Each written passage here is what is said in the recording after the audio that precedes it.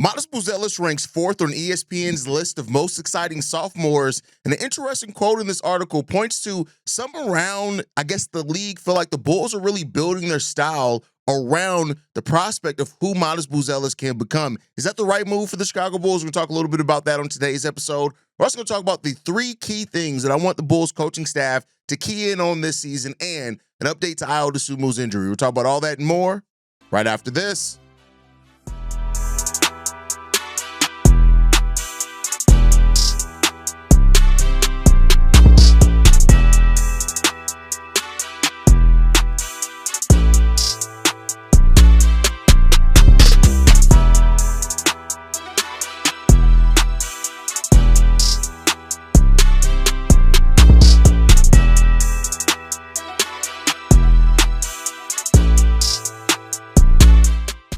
What's going on, Bulls fans? Welcome to another episode of Chicago Bulls Central, your number one spot for everything Chicago Bulls related. I'm the host, Sarah Hayes, but more importantly, you guys can follow the channel at Bulls Central Pod on every social media platform we happen to be on. With that said, let's go ahead and get into this content for today, y'all. So Jeremy Woo of ESPN created a list of the 10 most exciting sophomores heading into the 2025-26 season. And he did not rank this based off what they did last year, more so ranking them based off their situations going into next season and the prospects for them. And that list included Reed Sheppard, number 1, Stephon Castle, number 2, Zachary Rishisher, number 3, Modest Buzelis, number 4, followed by Donovan Cleveland, Alex R., Khalil Ware, Jalen Wells, Jared McCain, Nikola Vucevic, to round out that top 10 list. And Modest Buzelis ranking fourth here says to me a lot, right? Is that Modest Buzelis, despite not starting off the season getting a lot of minutes, turned enough heads in the NBA. And there are people and analysts who are realizing that the Bulls may be onto something here with Modest Buzelis. And that's good, right? Because we also in Chicago feel like the Bulls might be onto something. Hell, some Chicago Bulls fans think the Bulls already have their next star in Modest Buzelis, where you guys know I'm a lot more realistic. I think Modest has a lot that he needs to show left as a player. And that could be coming this upcoming season. But more importantly, it's his work ethic that it seems like every single article you read about Modest Buzelis, they talk about his work ethic. They talk about his drive. They talk about his desire to be great in this game of basketball. And that's something that's really, been clear there with Modest Buzelis. Now, Jeremy Woo said this in his article. While a star leap may not happen in one summer, the Bulls' commitment to playing up-tempo should favor Modest Buzelis. And Billy Donovan has, for as much people, even me, myself over the years, has said that Billy Donovan doesn't adapt, Billy Donovan doesn't change. He did. Last season was a notable difference with the Chicago Bulls offense. More on that in the next segment, though. But the question here now is that with the Chicago Bulls, with Modest Buzelis not yet really proving a lot, right? But one of the things that was brought in here, his ball handling, which we didn't really get to see a lot of. Even, somebody's talking about his shooting ability, which I guess was better than advertised, especially from three. When you look at the percentage, that's an actually decent percentage. The volume needs to go up. But in this saying, Buzelis is bound to evolve into an all-star. And that's what Bulls fans are hoping. Right now, the Bulls' hopes of a future are wrapped around development, right? Not to knock Coby White, not to knock Josh Giddey, not to knock any of those guys. Because, again, you guys know I'm high on those players. I love Coby White. I think that him and Josh Giddey, they hopefully, if they continue to figure out that backcourt, that's a decent enough backcourt. You're going to need players around them and a better player to ascend to really, if you want to become some perennial playoff threat. But I like those players. But clearly the Bulls' direction of getting younger now has put a highlight on the fact that you have to not only develop, but you do have to think about the way things are fitting. One thing that I like about the Noah Essengate, one thing, not the only thing, but one thing that I liked about the Noah Essengate pick is that you can clearly see how they are hoping that is going to develop into the front court of the future with how he fits next to Modest Buzelis and how those two players next to each other could be something that we're seeing more in the modern NBA, and that's versatile, switchable forwards, right? Talked a lot about that. You go back on a number of videos where I'm not going to get too much into the weeds on why that's important and why that is kind of the new take of the modern NBA. But if you want to find those videos, they're on the channel. I'll go into detail on those. But Modest Buzelis does offer the glimmer of hope. And, we haven't had a lot of that with Bulls rookies lately. But as I've said many times before, let's not put the cart before the horse here, right? Modest has a lot that he needs to grow and develop on. Last season, most of his shots were either at the rim or at the three-point line. He does need to develop a little bit of a mid-game. He needs to be able to create his own shot, which he has shown, in high school and things like that, but this is the NBA. And a lot of that goes to Billy Donovan and the coaching staff placing more on these young players. But it's clear the Bulls' current direction right now is one that's based on internal development because, no, a star is very unlikely to want to sign with this Bulls team until at least one of these guys hits and the Bulls actually become something for a couple of years. And so because of that, the Bulls aren't going to be some major free agent player. Even with the plan of the summer of 2026, I've said it before, the Bulls are either going to go after some restricted free agents or, maybe use their cap space to absorb a player that wants out or something like that. But just outwardly a free agent looking at the Bulls and saying, that's where I want to go, is still unlikely unless, we see tremendous growth this upcoming year, which is not out the realm of possibility. With that said, a lot of it's internal, and it seems like the Bulls have understood what's needed in drafting a little bit better, right? You have to hit. Said it over a year ago. The Bulls have to hit on these next few first-round picks. You can't afford to have another Patrick Williams that is a miss. You can't afford to do that with you now changing direction. And so let's hope that the Bulls are seeing that a little bit more. But to get back into the topics, that with Modest Buzelis, and the attention that he's getting around the league, it's good. It's good for the Bulls. It's good for Modest, because I think Modest is somebody who's not going to take that and just be happy with that. He's going to take that and say, all right, bet more eyes on me now. I need to go out there and be even better. I need to bust your favorite player even more so. So, and I think that Modest learned a lot last season. He's talked a lot about how now he kind of understands what's needed for his body to get through a whole season and the physical rigors of it. And you've seen that in how he's worked out this offseason and the way that he has transformed himself from one season to another. So Modest has the right mindset.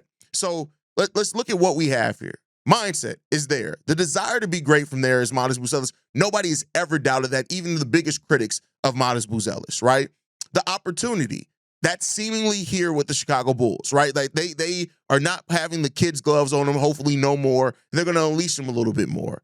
And it's just about putting it all together for Modest Buzelis. He has the opportunity, he has the drive, he has the runway to do it. Now, and I want to be clear here, and it may not come in the sophomore year. It may not come until year 3. And I don't want Bulls fans to go into this second year of Modest Buzelis and expect some huge leap, and it necessarily doesn't happen.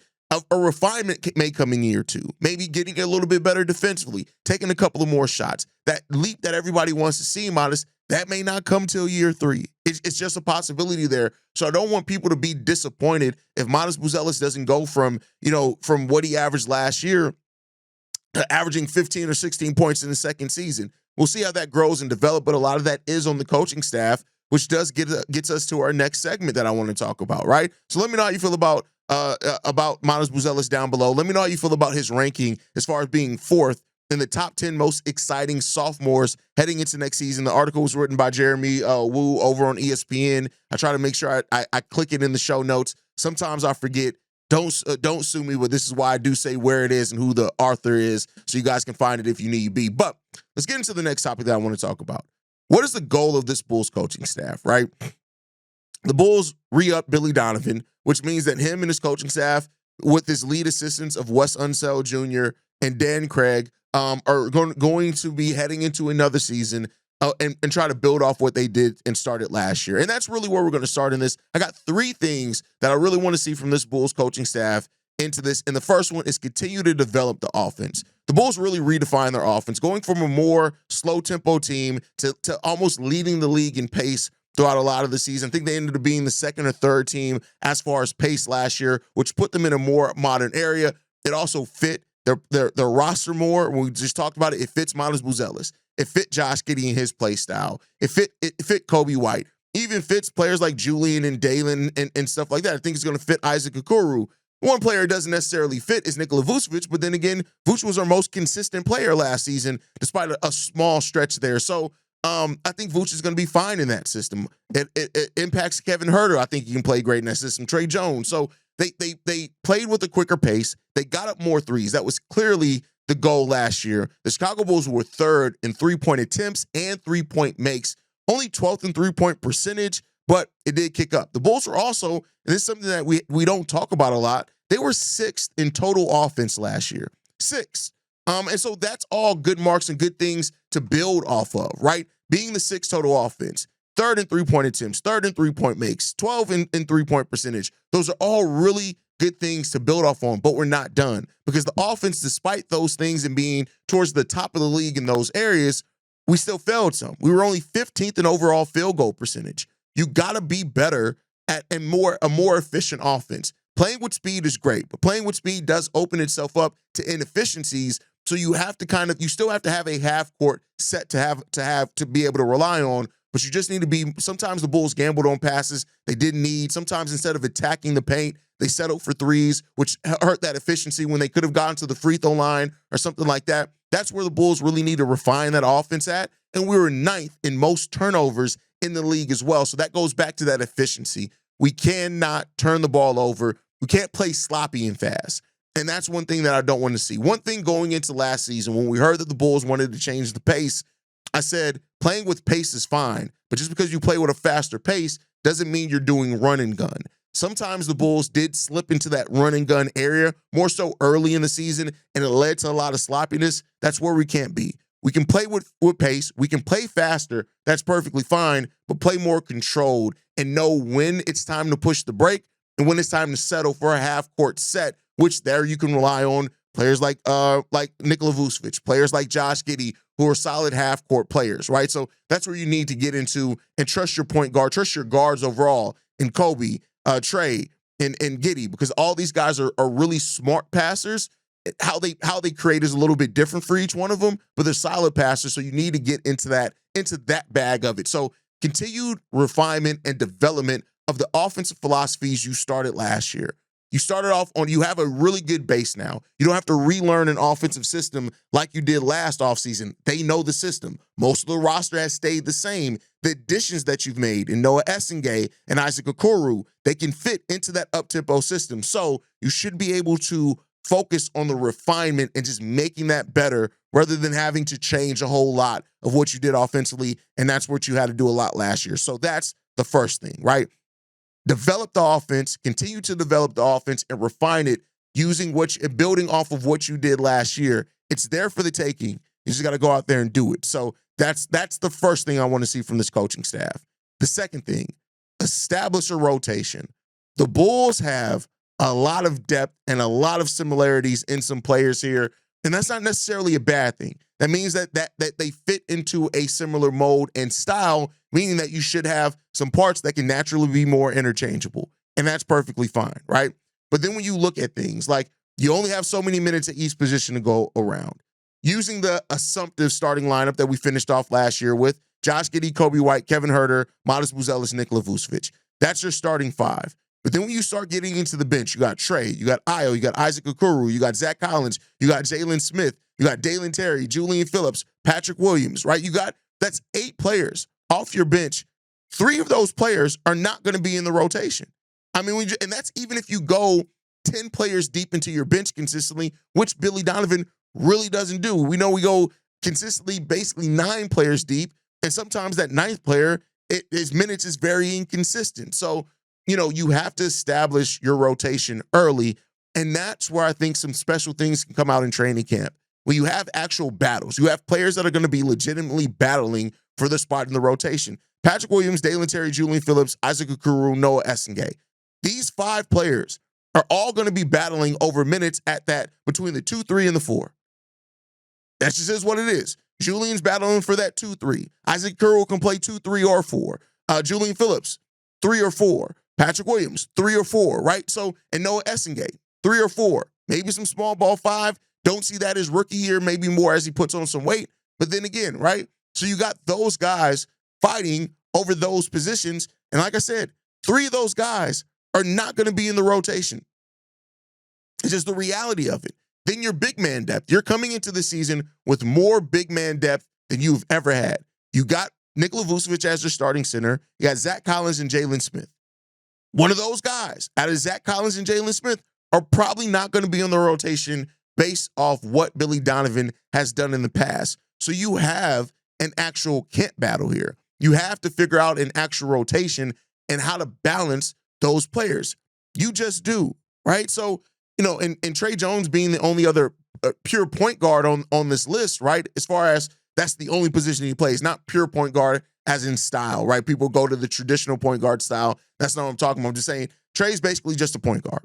And so because of that, like his minutes are per what Casey Johnson said in his last mailbag, that Billy Donovan wanted Trey Jones back here, and Trey Jones is going to play a lot of minutes. So we know he's going to be in that rotation, right? You would like to think that Ayo, as one of the point of attack defenders, is definitely going to be in that rotation. So you got guys fighting and battling it out. Hell, you didn't trade for Isaac Okoro just not to use him, theoretically, right? So because of that and those things, you got to establish a rotation. That's the next thing for Billy Donovan and this coaching staff.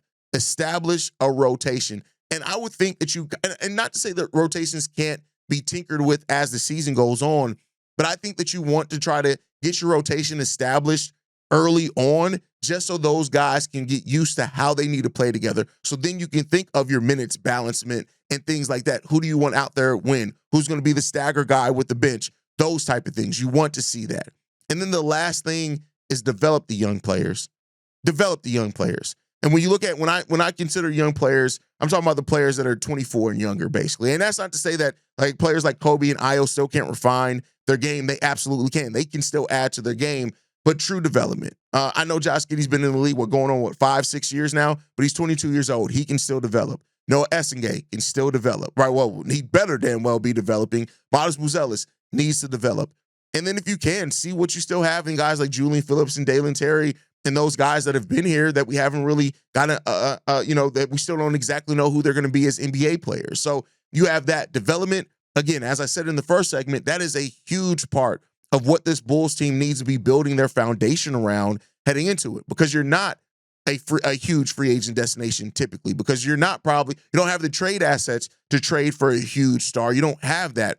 And so because of that, I think that development has to be one of the key focuses. And because you have two coaches that have been heads of player development departments for championship teams that have developed some pretty good players over the years, in Dan Craig and Wes Unseld, that player development piece of this has to be at the forefront.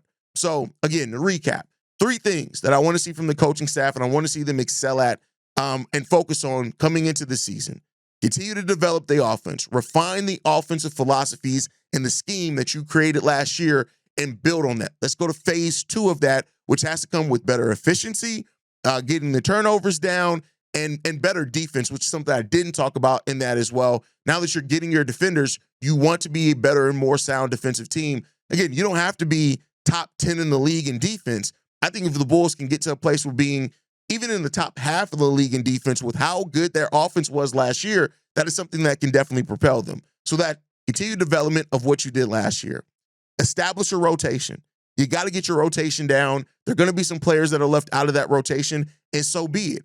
The best players who bring it the best, who show it the most, those are the players who get the minutes. And I hope you are not basing the rotation off of who's making money, because in that case, you can't just play Patrick Williams just because you're paying him if there are players that are ready to bring more coming off the bench. I know that's me hoping probably for something that, like, I know NBA teams are motivated by money too, but it is what it is there. And then finally, lastly, develop your young players. Continue development of your young players. That's where your bread and butter of your future is. That's what, if you really want to change the direction of this franchise, that's where you can do it at. So that's my challenges laid out for the front office. And no, I know, I mean, for the coaching staff, and I'm going to throw this question to y'all, and I know a lot of Bulls fans are going to answer it. Oh, the thing I want to see from this coaching staff is firing Billy Donovan. They're not doing it. They just re-upped him. He's going to be here. So with this coaching staff that is currently here, that is not changing this season, what do you want to see this coaching staff focus on during next season? Let me know that down below. Lastly, last topic of the day, Ayo Dosunmu had a great interview with Julia Poe over at the Chicago Tribune. I suggest everyone go and read it if you want to know kind of the mindset behind Ayo Dosunmu. One of the questions that was asked is about the trade stuff. He basically said, listen, everything is a blessing here. I take everything in stride. I'm going to do my best job. He talked about the city of Chicago, how much love that he has for the city of Chicago, the east side, south side, west side, everything. So you love hearing that from Ayo Dosunmu. But one of the things that were mentioned here is he's actually been cleared for 5-on-5. Now, this is about a month earlier than what it was expected that Ayo Dosunmu would be cleared for 5-on-5, but he is. And that's really good to see. Ayo cleared for 5-on-5. And we're still 2 months away from training camp opening. So that means that, he's going to have now 2 months to focus on whatever workouts he's been doing, get with coaches that he wants to get with, work on certain aspects of his game, but that he is not coming into training camp with any limitations. That's really good to hear because, again, shoulder injuries can sometimes take a while to heal, and there are sometimes setbacks with that. To hear that Ayo Dosunmu got cleared and he is ahead of schedule, that's really good. Now, just because you're cleared for 5-on-5 does not mean that you are done rehabbing yet. He still probably has some of his rehab that he has to do, but signs are pointing and looking good towards him being fully ready, full participant in training camp, and locked in, geared up, and ready to go. I think that is the big thing. That is a major thing there for the Chicago Bulls team. Ayo, I said it on a video, he is set to have a breakout this year because I think he's going to have an important role on the Chicago Bulls team coming into this season. But, and I'm really surprised to see how much Ayo hate that I've seen more people that I thought saying things like, oh, Ayo has to get off this team. It's like, wow, I didn't realize there were so many Bulls fans that had a distaste for Ayo Dosunmu, but luckily he's going to be here next year, and hopefully he proves a lot of those guys wrong, in my opinion. But, that's my time for today. Make sure you guys are following us at Bulls Central Pod. You can send us any feedback, questions, comments, concerns, bullcentralpod@gmail.com. Lastly, if you want to leave a text message and our voicemail for the mailbag, the number to do so, 773-270-2799. We are the #1 spot for everything basketball related, for everything Chicago Bulls related. And I catch you guys on the next one. Like I like to end every show. Love you guys. Go Bulls. See red if you can, y'all. Peace. This has been a presentation of the Break Media.